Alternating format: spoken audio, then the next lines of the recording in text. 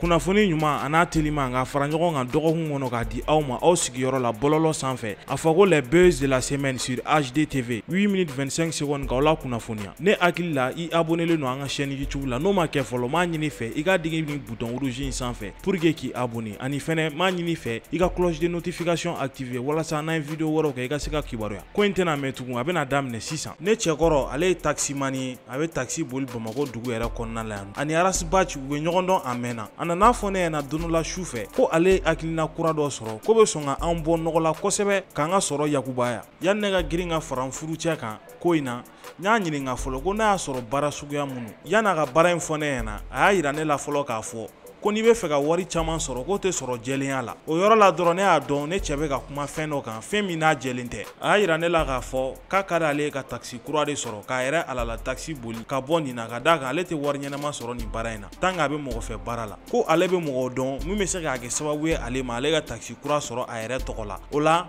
k'u y'a yira ale la k'a fɔ ko ni ale bɛ se ka nkalon dɔ tigɛ ka da Arasbachi la ko a y'o ko in kɛ ka sɔrɔ a nɔ t'a la ko ni ale n'a furumuso sera k'o kɛ ko n'a kɛ sababu ye u ka wariba sɔrɔ ka bɔ nɔgɔ la ninnu kɛra kɔrɔfɔw ye kɔrɔfɔ min ni muso in y'a kɛ réseaux sociaux sanfɛ mɔgɔw ye mɔgɔ minnu tun bɛ fɛ ka kibaruya kosɛbɛ nin ko in na mais a kɔnɔna la an y'a ye fɛnɛ k'a fɔ ko cɛ in a bɔra fɛnɛ y'a ka video kɛ min ni muso in y'a yira k'a fɔ ko cɛn tɛ cɛ ka kuma ye ko cɛ bɛ ka nkalon de tigɛ mais cɛ ka kɔrɔfɔ kɔnɔna la cɛ y'a yira k'a fɔ ko Arasbachi k'ale muso tun bɛ ɲɔgɔn fɛ a mɛnna k'ale y'a lakɔlɔsi a ye kangari da ye o kɛra ka bɛn san 2018 ma n'an b'a fɔ ko l'an 2018 taximani ka kɔrɔfɔ la a y'a yira fɛnɛ k'a fɔ ko Arasbachi ma sɔn ka ko in dabila koyi ko Arasbachi k'ale furumuso ta k'a dɛndɛn min na u taara AC 2000 la Bamakɔ ka taa ko caman kɛ ɲɔgɔn fɛ yen nɔ fo ka taa kɛ muso yɛrɛ a bɔra ka furu la ale y'a ɲigin ka sɛgɛn Bamakɔ dugu kɔnɔ ale ma se k'a furumuso ye o kɔfɛ ale yɛrɛ y'a kanu ka furumuso kura furu ka bila a muso nɔ la ka d'a kan cɛbakɔrɔ ni e degera duman na ka ban k'e sama ka bɔ la o ma nɔgɔn dɛ f'i ka yɔrɔ dɔ ɲini i bɛ to k'i ɲin kɔrɔsiɲɛ yɔrɔ min na an ka ɲinini sanfɛ réseaux sociaux sanfɛ an bɔra ninnu n'a ɲɔgɔnna caman de kan Arasbachi ka nin dɔgɔkun in minɛli ko la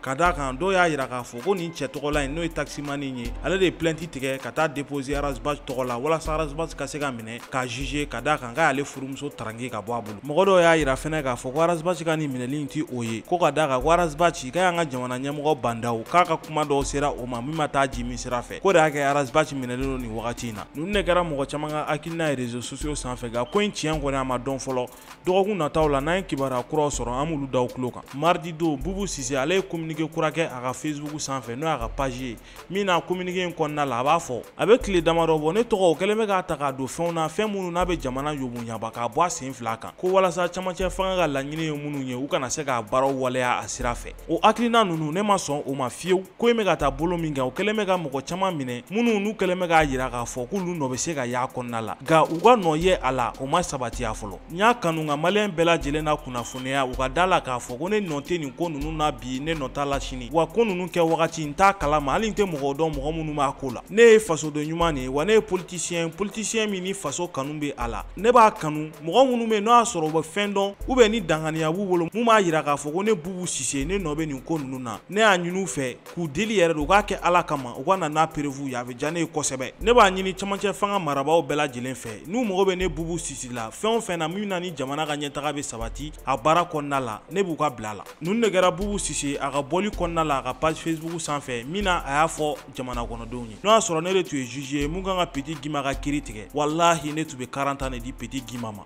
wa n bɛ segin a kan maliyɛnw san 40 ne b'o de di Petit Guima ma k'a k'o kɛ kaso bonba kɔnɔna la wa Sidiki Jabate bɛ bɔ k'a to ne pɛgɛ ne bɛ kangari de da Petit Guima ye komi ale b'a fɔ k'a to kaso kɔnɔ ko n'ale bɔra dɔrɔn k'ale bɛ ne bɔ baara la est ce que ale Petit Guima ale bɛ ne dɔn yɛrɛ ale bɛ se ka ne faga est ce que fa tɛ Petit Guima la ani fɛnɛ mun bɛ Petit Guima kunna a bɛ fɛ mɔgɔw kana tiɲɛ de fɔ ale ye quoi ka d'a kan k'a fɔ k'ale y'i to gerebudenya la ka na yɛlɛbugu la ka tɔgɔ sɔrɔ ka mobili damadɔ san a yɛrɛ ye o t'a bali ko ne pɛgɛ tɛ tiɲɛ f'i ye dɛ komi aw yɛrɛ ɲɛ bɛ kɔrɔfɔ ninnu na cogo min na a bɛ n'a fɔ pɛgɛ tun diminen don kosɛbɛ Petit Guima kɔrɔ mais HDTV lajɛbagaw an bɛ aw yɛrɛ ɲininka n'o y'a sɔrɔ Petit Guima ni pɛgɛ ni Sidiki ko kɛlɛ de don yɛrɛ an bɛ fɛ k'o dɔn ka d'a kan k'a fɔ an kɔni ma deli k'u ye activité ba la ɲɔgɔn fɛ est ce que pɛgɛ ni Petit Guima yɛrɛ u tun bɛ ɲɔgɔn kan fɔ depuis nin tɛ yan ɲininkali tɔ min b'o yɔrɔ la Tim Glaja mɔgɔ an b'a f'u ye tugun ko félicitations belebeleba ka d'a kan k'a fɔ Iba One a ye tournée caman kɛ ɲinan san kɔnɔ a bɛɛ lajɛlen kɛra réussite ye a ye 26 mars kɛ ka Sikaso kɛ ka tila k'i sɛnsɛn ka taa fo Kayi k'i to yen tugun dɔrɔn k'i pan ka t'i yɛrɛ sɔrɔ fo Côte d'Ivoire jamana kan o kɔnɔna la Iba One a ye concert mun kɛ dɔgɔkun tɛmɛnen Côte d'Ivoire dugu kɔnɔna la ka da tulo kan k'a fɔ ko concert in kɛra réussite belebeleba de ka d'a kan k'a fɔ Ivoire artiste caman bɛ yen nɔ olu tɛ se ka kariya k'a fɔ k'olu bɛ nin yɔrɔ in belebeleba in ta ka concert k'a la nka Iba One ale sera ka Côte d'Ivoire palais de la culture belebeleba in ta ni k'a fa dɛbɛdɛbɛ fo ka kɛ sababu ye ka furugu créer Ivoire artiste yɛrɛ damaw ni ɲɔgɔn cɛ ko mun de b'a kɛ mɔgɔ wɛrɛ bɛ se ka bɔ a ka jamana kan cogo di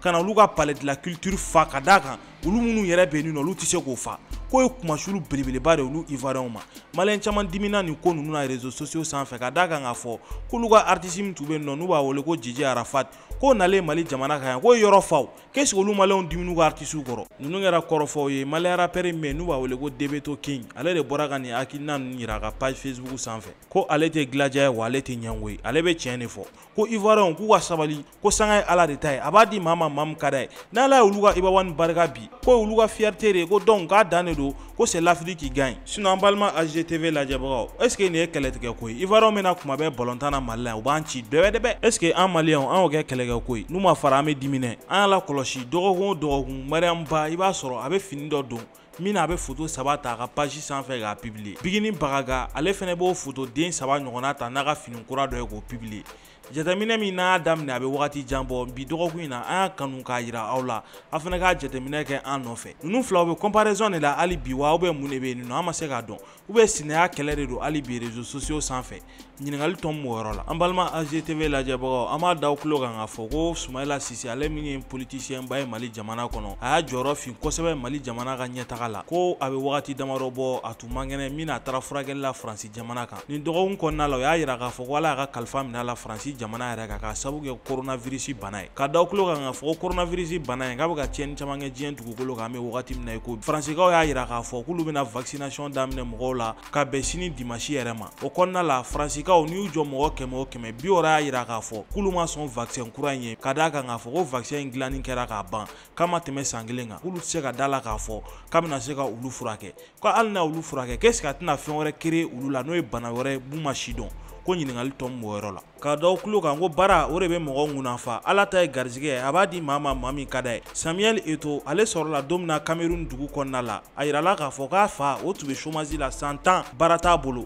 o donni kama a fa ye baara sɔrɔ Cameroun jamana kɔnɔ min na a ka sɔrɔ yakubaya la o Samuel Eto'o kelen ale de ye cɛsiri kɛ kosɛbɛ ka ballon tan diɲɛ fan 14 bɛɛ lajɛlen na min na a taara ni Cameroun tɔgɔ ye fan bɛɛ fɛ wa a ye sɔrɔ kɛ ka nafoloba sɔrɔ min na n'a kɛra Cameroun fierté o Camerounais olu de ye waleɲuman dɔn Samuel Eto'o ye nin dɔgɔkun in na ni monument belebeleba dilanni ye Samuel Eto'o ye min na a ja de b'a sanfɛ ko Samuel Eto'o ko fasoden ɲuman kɛrɛnkɛrɛnnen don Yaoundé commune 6nan kɔnɔna la MC Lagare a ye publication dɔ kɛ i b'a ni Zigiri Solo ye ɲɔgɔn fɛ a bɛ k'a waleɲuman dɔn ko Zigiri Solo ye moto kura d'a ma an b'a fɔ k'a félicitations Memo Allstar k'a ka mixtape min bɛ na rappeurs bɛɛ ku tigɛ bi son de la semaine bɔr'o de kɔnɔna la n'a titre ye ko 2020 a bɛ se ka taa lajɛ a ka YouTube kan. Pas de place pour les fêtes,